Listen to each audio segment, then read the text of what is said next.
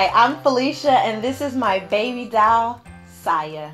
We are bringing you our 6-month update, and we're going to start with this girl and her beautiful smile. I have a son, and so I'm a mom of 2, and my son, he smiled quite a bit, but nothing like this. My daughter will smile if you even look at her. Hi. And she's been smiling like this since she was about 4 weeks old. Actually, we have a picture of her in my womb, and she was smiling in the sonogram picture.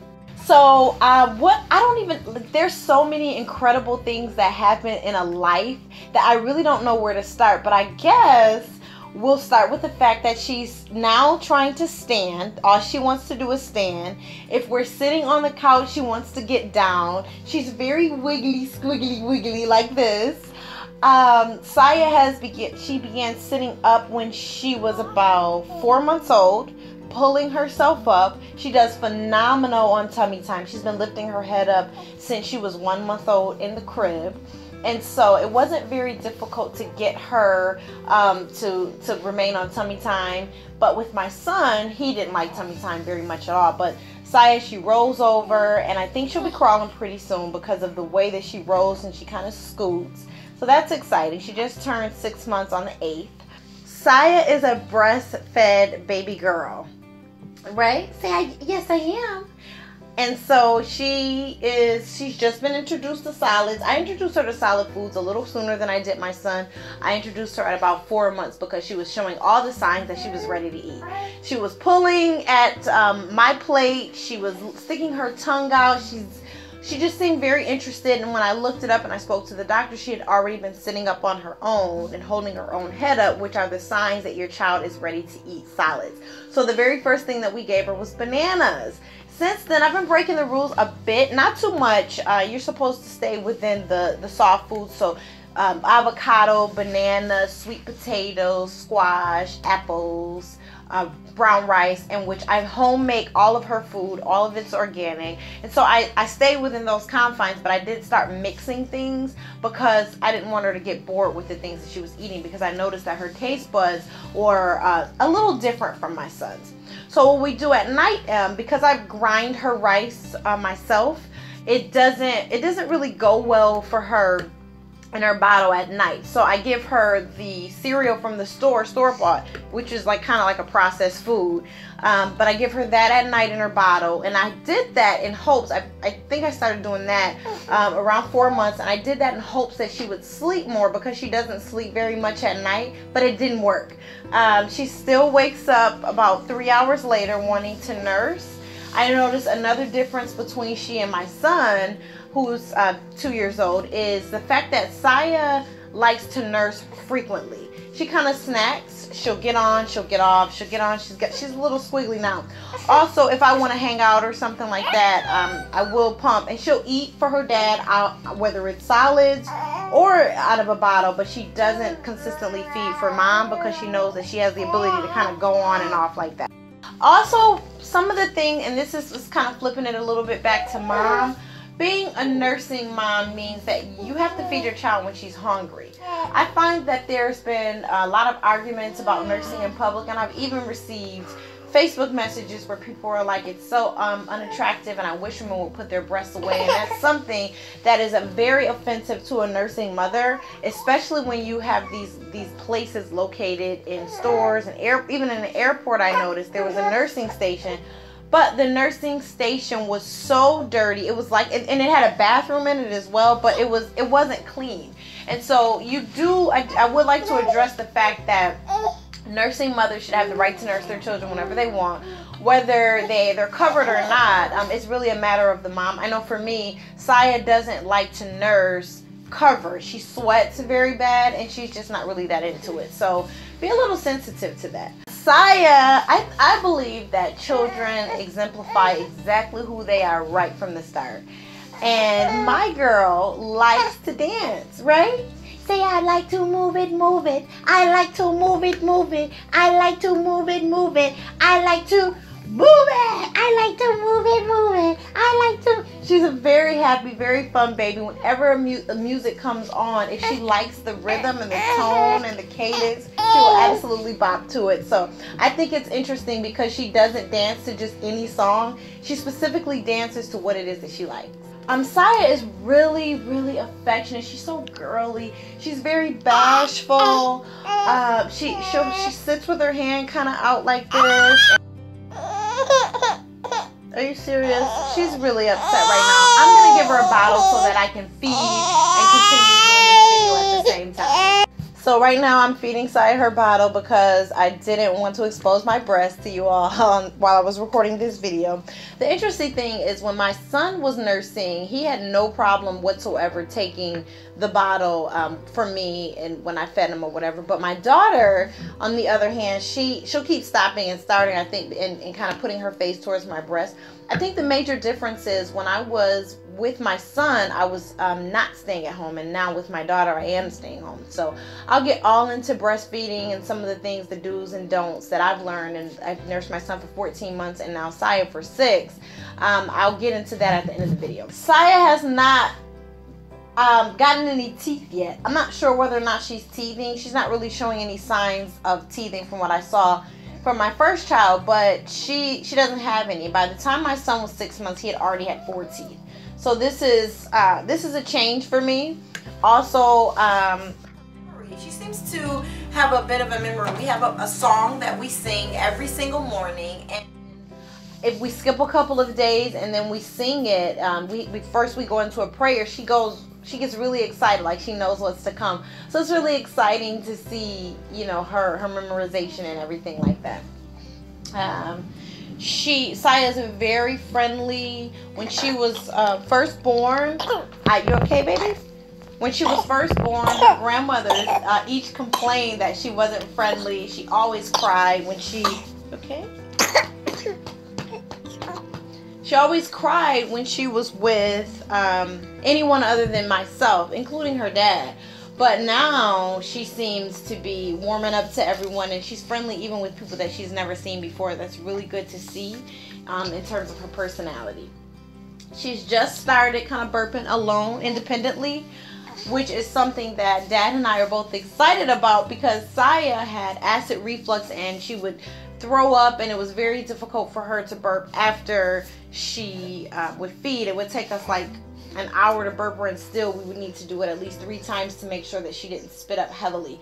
So the fact that she's now starting to get it out herself, we're loving it. Also, another difference that I'm finding with Saya right from the start needed to suck. Her pediatrician told us that we should go ahead and give her a pacifier, even though it was against our better judgment because we didn't do it with our first child, and I'm not an advocate for pacifying. Oh, you got something? You got something coming?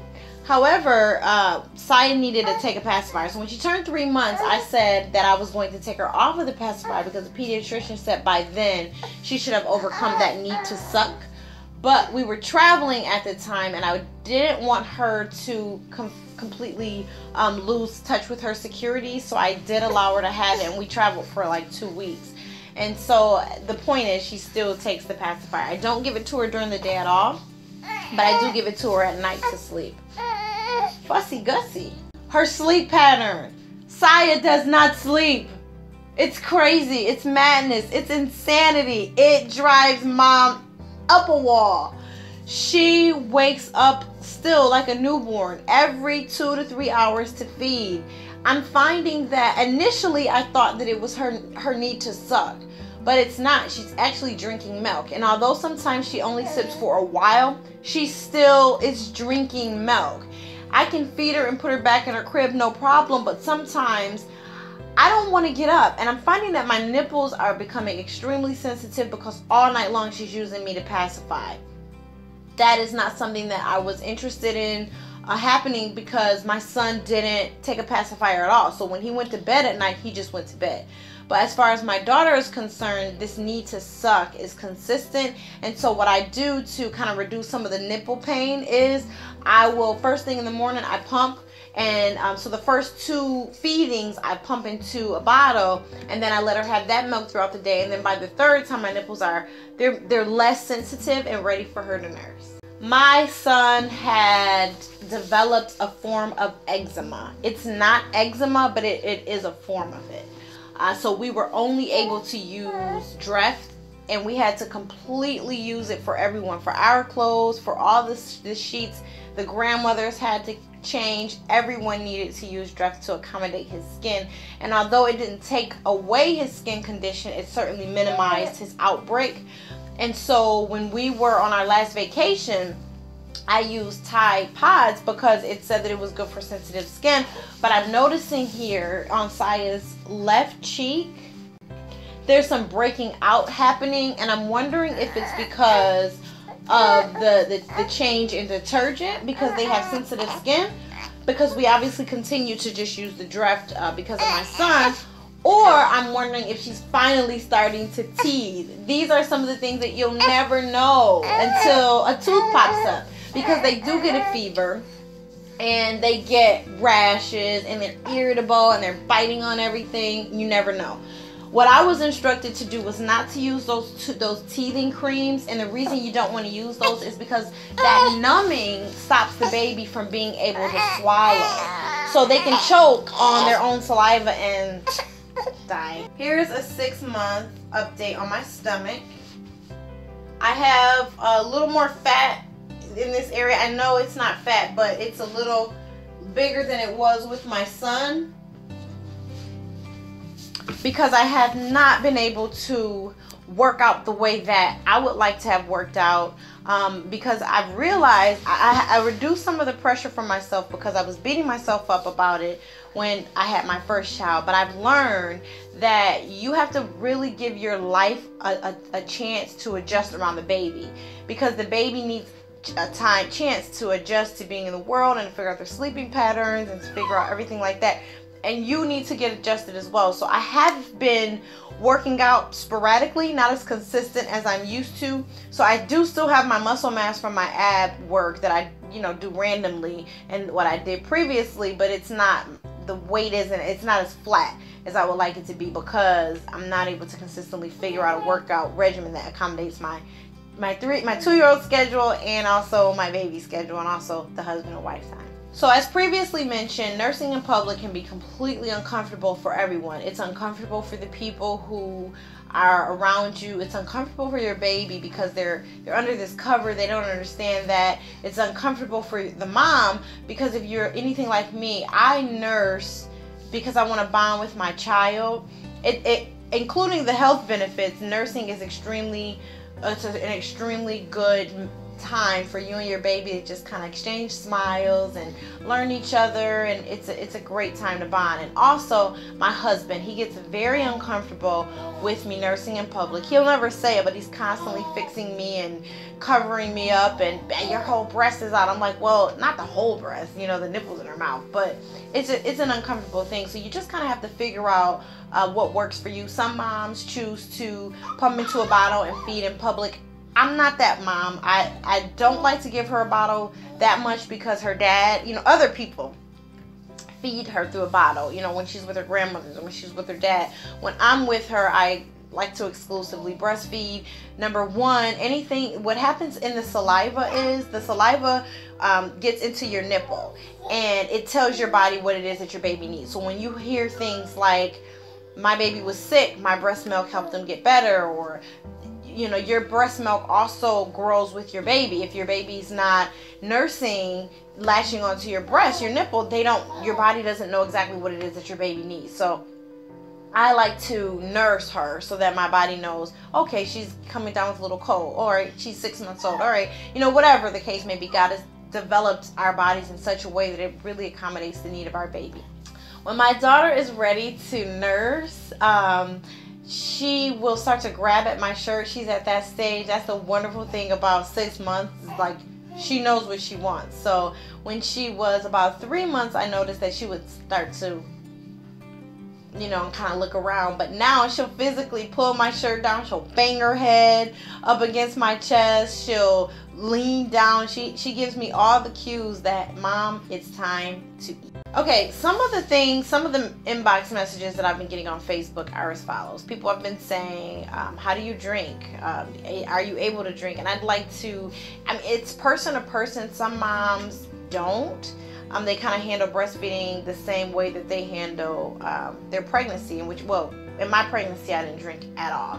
But at night, when my child takes her longest rest, I will from time to time have a glass of wine or two. I know the doctors say that you can have caffeine, wine, and alcohol within moderation, but you have to do it according to your baby's breastfeeding cycle. So I go by 2-2-2. It's 2 hours until it gets into your breast milk, 2 hours until it gets out of your breast milk, and it goes according to your body weight. If you're still feeling tipsy, it's still in your milk. So you really don't want to give your baby any milk that has any form of alcohol in it, because their livers are not able to pass it through, whatever the medical term is, but their livers are not equipped to deal with alcohol at this time. So that's just something that you really don't want to do. Pumping, like I said, I pump first thing in the morning to make sure that I have bottles stored up. I personally like to have 5 bottles in the refrigerator of 5 ounces of milk all the time, just in case Dad and I want to go out, or one of the grandmothers want to spend time with their grandchildren, or if I just want to leave my husband with my daughter, I want to make sure that she has 5 ounces of milk. I took a vacation without her for the first time a couple of months ago, and we ran out of milk, and I needed to come home. I was wanting to come home anyway. My husband didn't want to tell me, but we do have frozen milk. The issue with frozen milk is this: your milk goes according to your baby's growth. So if you freeze milk when your baby's a newborn or 3 months, and now they're 6 months old, that milk is not, I mean, it's better than store-bought milk, but it doesn't accommodate the baby's needs at this time.